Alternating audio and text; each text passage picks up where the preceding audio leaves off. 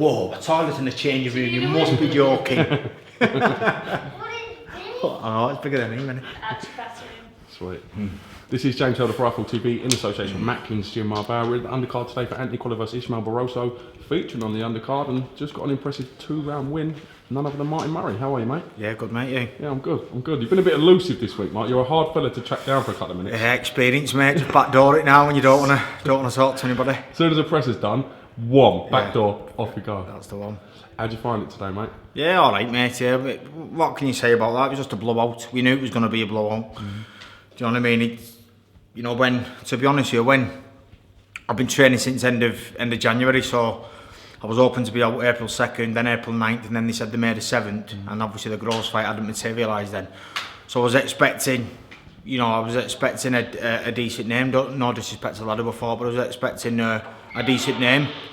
And obviously the Groves fight come up in the meantime. They asked me if I still wanted it. I needed that blowout and I took it. So, you know, when I got matched up, you know, there was never going to be any doubt who was going to win.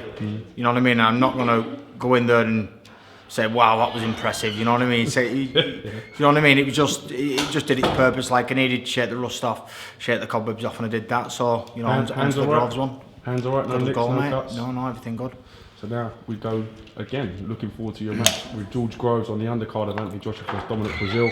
Massive fight for the pair of you, and a real crossroads fight, the winner potentially going on to challenge for world honours. So yeah, talk to me a little bit about that fight, mate. Yeah, massive fight, like you said, you know, make or break, 50-50.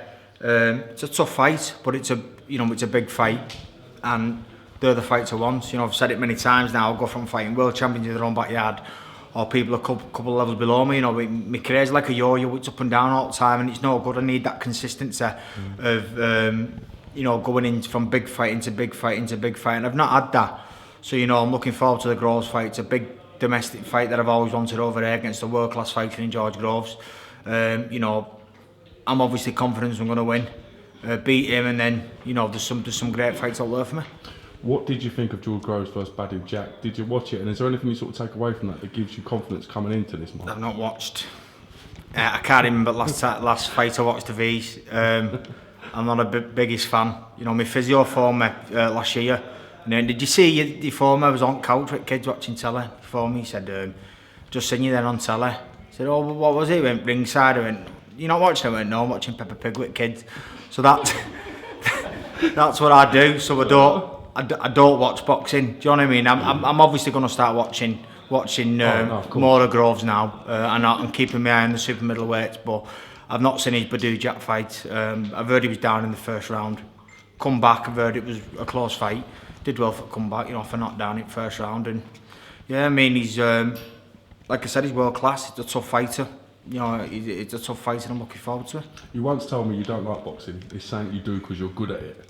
Still under the same sort of. No, I like it more now because it doesn't kill me making weight. Honestly, it was depressing me making middleweight. Every fight I had, I was, you know, every time I finished a fight at middleweight and I made the weight, I was thinking, my mentality of it was thinking, that's one fight close to retirement. And that's how I thought. You know what I mean? That was my mental state. Like every time I was making middleweight, so it was getting me down.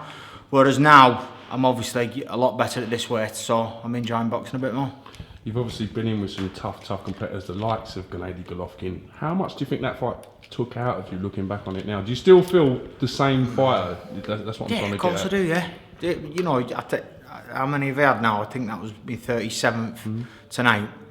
How many wars have I been in? You know what I mean? I think that was my only one in all my fights. So, you know, I'm feeling fresh as ever.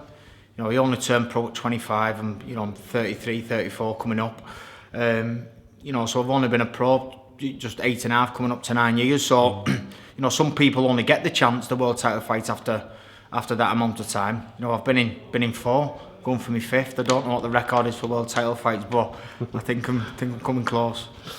I mean, it is a massive fight, a massive occasion. These are the sort of fights you look for, the fights that are going to secure your family's future away from Yeah, I mean, I've always wanted a big domestic fight. Always wanted it. I've always wanted to be in big fights. When I turned professional, the way I thought was, I would just want to give it me all, and wherever I got to, as long as I'd, you know, give it me all, I was happy. You know, as time went on, obviously, things started happening, worked harder, other doors started opening. You know, I'm in this position.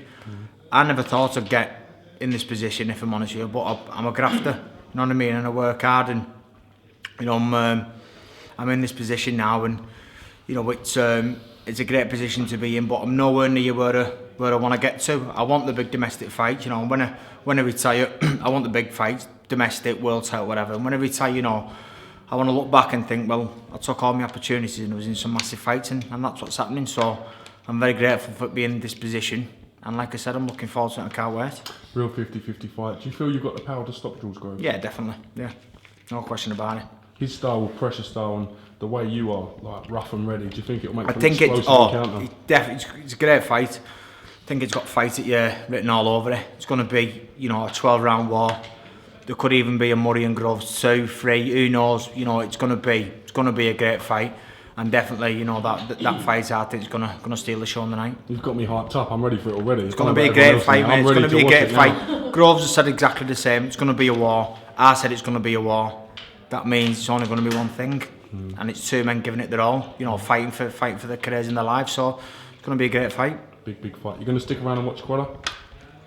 Taking your yearly intake of boxing. No, you had me on camera then. I was gonna say yeah, but no, I'm not. I wish him all the luck.